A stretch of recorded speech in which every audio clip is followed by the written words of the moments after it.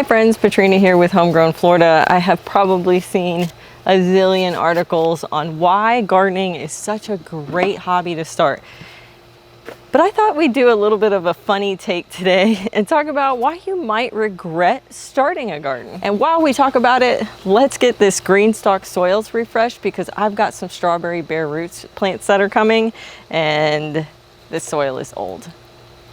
So one reason you might regret starting a garden is all that healthy food. Oh man, I love Cool Ranch Doritos as much as the next guy. I am a fan of Cool Ranch Doritos and things like red velvet cupcakes from Publix. Yeah, I love that stuff. I love my junk food. So I can see why maybe starting a garden and getting all that healthy food might not be up your alley. But all joking aside, there's a lot of really interesting information about why starting a garden is very healthy for you in terms of food. I'm not sure if you guys all know this. I did some research on it. It was really, really interesting that when vegetables or fruit are picked from the garden, that they lose nutritional value very, very quickly. So something like spinach, which is probably the worst, loses 90% of its nutritional value in the first 24 hours. So by the time it is trucked and moved to the store that you're gonna go buy it at, it has almost no nutrients in it. So while you're sitting there thinking you're doing the right thing and eating all this spinach and these salads, and really what you're eating is just a bunch of filler because it doesn't really have that much nutritional value anymore. And that filler ends up making you basically hungry after about an hour, which kind of defeats the purpose of eating healthy food. So spinach is one of those really extreme examples, but something like broccoli or cauliflower or tomatoes, all of them lose about 30% of their nutrition within 3 days or even up to 3 weeks. Some food in the grocery store has been sitting there for weeks. Let's talk about the worst offenders, right? It's going to be things like apples. Apples can sit in the grocery store for months. Same with oranges or citrus.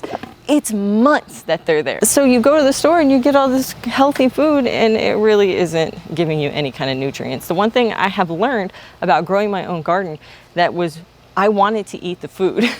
So when you spend all this time starting a garden and setting it up and then you plant it and then you get so happy because it produced food.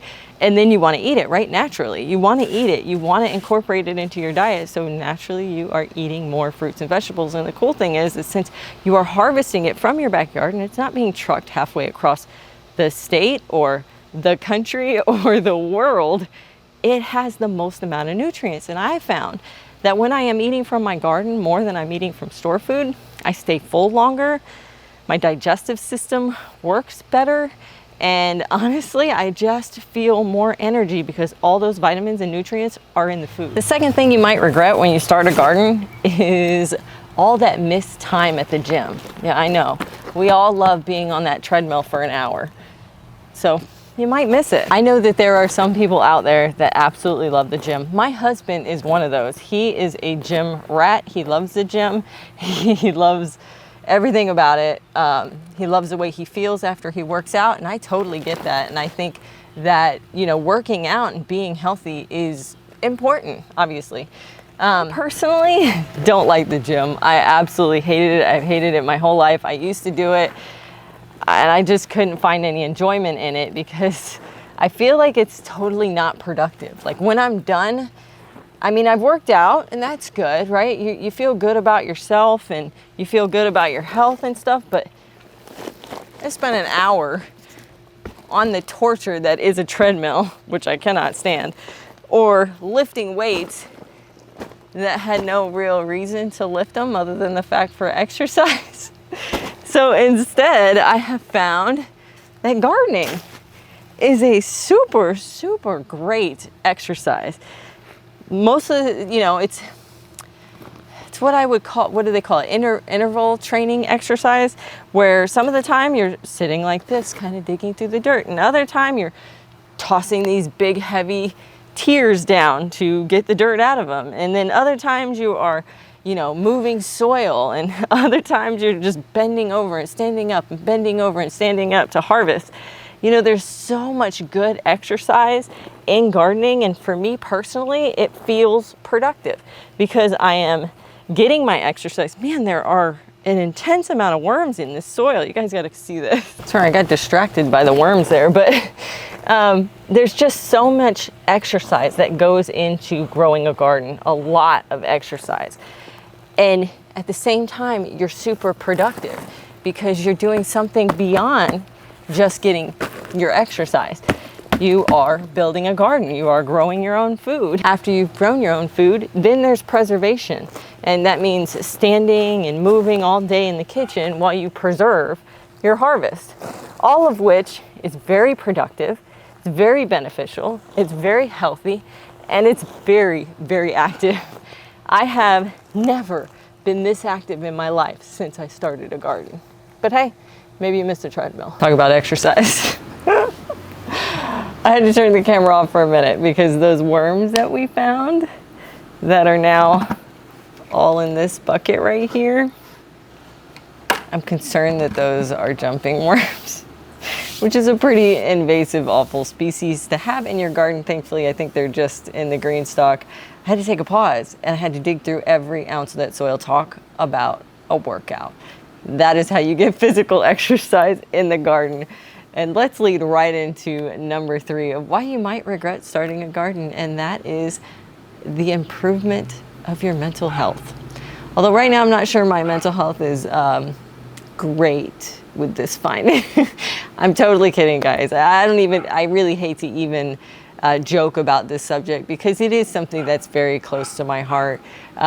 When I first started gardening, mental health, anxiety, depression was a pretty big problem for me. I was on lots of different medications. I've told you guys this before. I was very, very, very stressed out. I had extreme social anxiety, panic attacks. It was rough. It was just really, really rough. And the gardening has kind of really stabilized me. You know, it is giving me a lot of peace and a lot of patience. And even with something like this that comes up where you find something not so cool in your soil, and I think to myself, it's okay. It's okay. We're gonna figure this out. I even reached out to my county extension office, which back in my anxiety day, I would have never done that. So the improvement to your mental health is such a big thing in gardening. There was a study done, and I wrote it down. There was a UK study done in 2013 that found that 80% of gardeners feel satisfied with their life, as opposed to 60% of non-gardeners. And I found that really, really interesting. They just kind of took 2 groups of people and asked them if they were satisfied with their lives, and one group gardened, and I'm sure that there's many, many other attributes that went into that study, and one group that wasn't, you know, and they found that those that were in gardening found a lot more satisfaction. I don't really know what the magic is about gardening, but there is something very magical about gardening when it comes to improving your physical health, your eating, and your mental health. It could be the amount of sunlight that you see, the physical activity kind of is a lot of doctors tell you if you have mental health issues that, you know, getting some physical activity is a good thing. And so you're getting that and you're eating healthy and you're out in the sun and your hands are in the dirt. And I've heard that there's something to do with the fungal and the bacteria and the life, the microorganism life in the soil helps and increase our endorphins. You know, I don't know if it's one of those things, all of those things, or something totally different. And I'm going to go with magic. It's something totally different.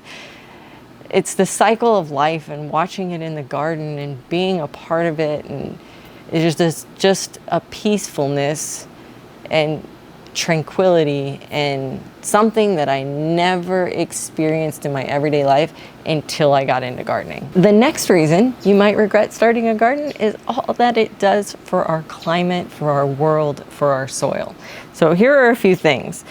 Carbon sequestration. So basically that just means it takes, when you grow a garden, when you do it in a very organic, you know, polyculture, diverse way, it pulls carbon from the air, you know, that carbon that everyone talks about being so bad for our environment, pulls it from the air and brings it through the plant into the roots. And that's where it belongs. So carbon sequestration, increased air quality. So the more plants, the more trees that we have, you know, they're bringing in carbon dioxide and they're putting out oxygen, cleaner, fresher, filtered oxygen. Soil erosion and runoff. So when you don't cover the soil, or when you cover it with something like just grass, you know, it erodes underneath. It doesn't have the leaves that are falling. It doesn't have the animals running around picking off the bugs. It doesn't have, you know, the death of the plant and then the rebirth of the seed. All of that creates pathways underneath the ground, and it feeds the soil. It does all kinds of cool things to enhance the soil and keep the soil structure in place so that you don't have erosion in desert-like conditions. The next thing, biodiversity for pollinators. So pollinators, they don't eat just one plant. I mean, you could put a couple of milkweeds in your yard and that's going to help, you know, our monarch butterflies. But then there's other things like zinnias or something native like the corky stem passion vine. It likes the zebra longwings butterflies. And then, you know, the bees, they really like squash plants or firebush. You know, the more plants and the more diversity you create feeds a larger population of not just all of those really cool pollinators that we love like monarchs, but the native ones that, you know, are more in abundance and need our help even more. Another way that you help the environment by starting a garden is usually, maybe not all gardeners, but many gardeners rely on compost. I have 2 compost tumblers. I don't have a big pile, but I do have 2 tumblers, and all of our food waste and a lot of our garden waste goes into the tumbler and not into a landfill. And that compost then goes right back into the garden and feeds the plants. It is a perfect circle of life that happens all on my little 1/3 acre of property and not in my local landfills. And then the last thing that really helps with climate is by growing your own food locally, i.e. your backyard. You don't have food transportation happening. So there isn't, well, obviously still food transportation happens, but you are less. And if everyone does it, it becomes less and less. That's less, you know, carbon emissions from trucks, trains, you know, the ports, all that stuff, where they are having to move this food and these products around all over the country. And that takes gas and fossil fuels and things like that that harm our environment. So by growing it in your backyard, you cut all that out, which is great for the environment. Then another reason why you might regret starting your garden is all that money you are saving.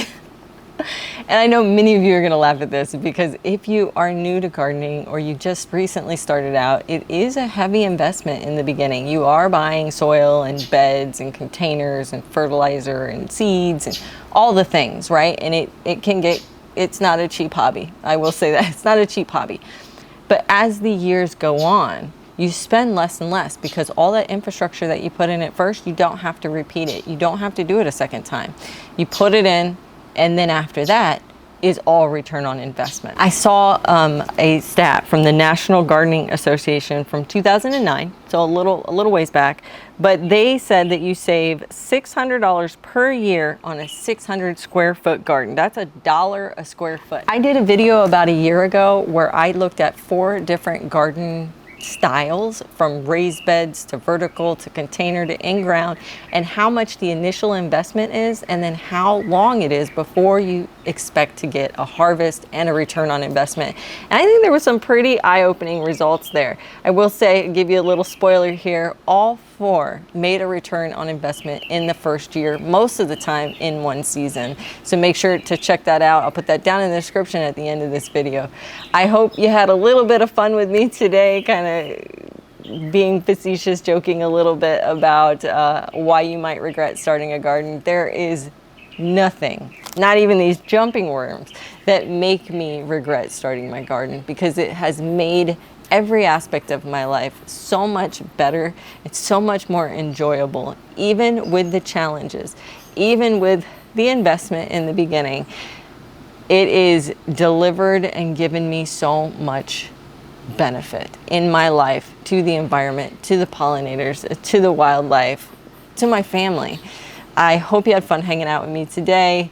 I will give you an update on whether the county extension office says these are jumping worms or not, and hopefully they're not, but I have a bad feeling they are. I will definitely give you an update. Watch out for that. Thanks guys, happy gardening.